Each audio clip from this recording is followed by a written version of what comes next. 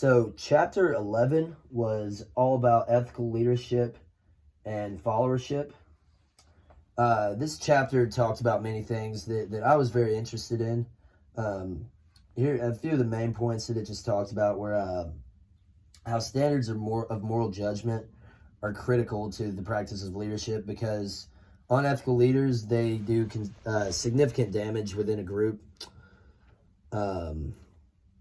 When you take on the role of the leader, you take on ethical challenges, in addition to all of the tasks and expectations that go along with it. The moral demands of leadership include like issues related to truthfulness and the release and collection of information, the extent of responsibility that you give for the actions of all of your followers, the use of power, the accumulation of social and material rewards, and then conflicting and broken loyalties and inconsistent treatment of subordinates and outsiders. There are four processes or components that lead to ethical behavior. These are moral sensitivity, moral judgment, moral motivation, and moral action. So moral sensitivity is just the identification of the existence of moral problems. You can build your moral sensitivity by listening to others and working on your perspective taking skills. This includes everything from moral considerations and decision making processes and using moral terminology when discussing the problems. Moral judgment is deciding which course of action is best. So this can be improved by focusing on ethics during your college education. Then you need to base your choices on ethical principles, pay attention to your feelings, and be alert to the possibility of faulty reasoning. Then the chapter went on to talk about moral motivation and moral character. Moral motivation, it refers to following through on your ethical choices, which usually requires putting moral values ahead of the competing values. And then moral character is the action stage of the ethical behavior model. This involves things such as opposition, fatigue, distractions, and other obstacles that you need to overcome just through persistence. After that, the chapter went on to talk about Kant's categorical imperative and how it argues that leaders ought to do what is morally right no matter what the consequences.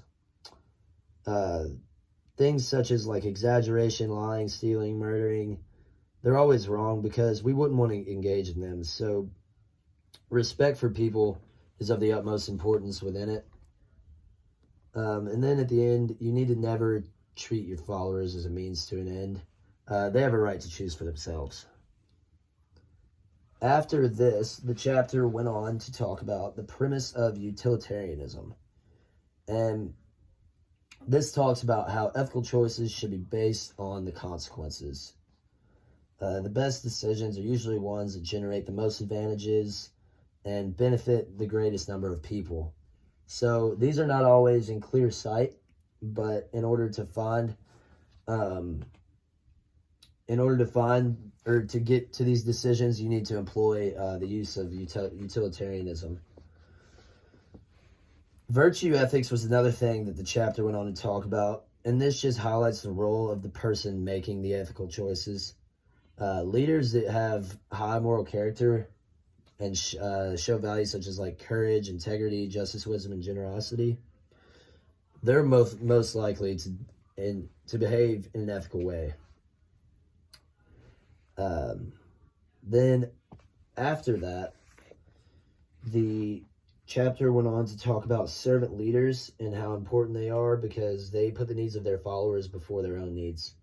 This came along with four principles that serve as the foundation for this, and they are you have to have concern for people, stewardship, equity. You have to create equity or justice by distributing rewards fairly and treating your followers as partners or as equals. And then you have to have high moral character fostered by self-understanding.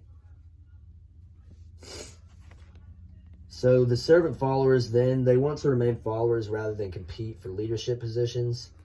By doing this, they reduce the destructive conflict and they build trust within your organization. And then at the very end of the chapter, they talked about courage and how, as a follower, you must take responsibility for yourself and the organization.